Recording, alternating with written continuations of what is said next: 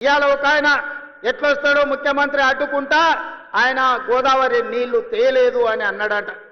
నేను ఆయనకు చెప్పదలుచుకుని పక్కనే కూతవేటు దూరం ఉంది, ఈ పక్కనే ఉన్నాడు. ఆయన ఉన్నది 3 అడుగులు, ఆయన 6 అడుగులు ఎత్తే కూర్చున్నాడట ముఖ్యమంత్రిని అడ్డుకుంటా అని. 3 అడుగులు ఆయనకు నేను ఒక మాట చెప్పదలుచుకున్నా. 3 రోజులు అవకాశం ఇస్తే గోదావరి జలాలు తుంగతుర్తి నియోజకవర్గానికి తెస్తా అని ఆయన పేపర్ల ప్రకటన చూసిన. 3 రోజులు కాదు, 10 ఏళ్ళు మీకు అవకాశం ఇచ్చిండు. ఎందుకు దేవాదుల నుంచి తుంగతుర్తికి నీళ్లు తీసుకురావలేదు, గోదావరి జలాలతోని ఈ ప్రాంత భూములను ఎందుకు తడపలేదు అని నేను అడుగుతున్నా. అందుకే ఆయనకు చెప్పదలుచుకున్నా, అయ్యా గ్లాసులో సోడా పోసినట్టు కాదు గోదావరి జలాలు తుంగతుర్తికి తేవడం అంటే. నీకు తెలిసిన విద్య ఒక్కటే, దొరగారి ముందల చేతులు కట్టుకొని గ్లాసులో సోడా పోయడమే, కానీ నీకు తెలిసిన విద్య అంతకంటే లేదు.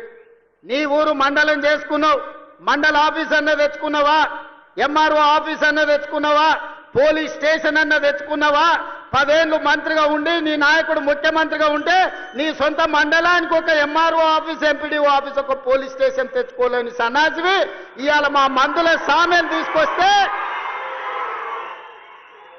సిగ్గుతో తల ఉంచుకోవాల్సింది పోయి ముఖ్యమంత్రిని ప్రభుత్వ కార్యక్రమాన్ని అడ్డుకుంటానని ఆయన ప్రగల్భాలు పలుకుతుండు.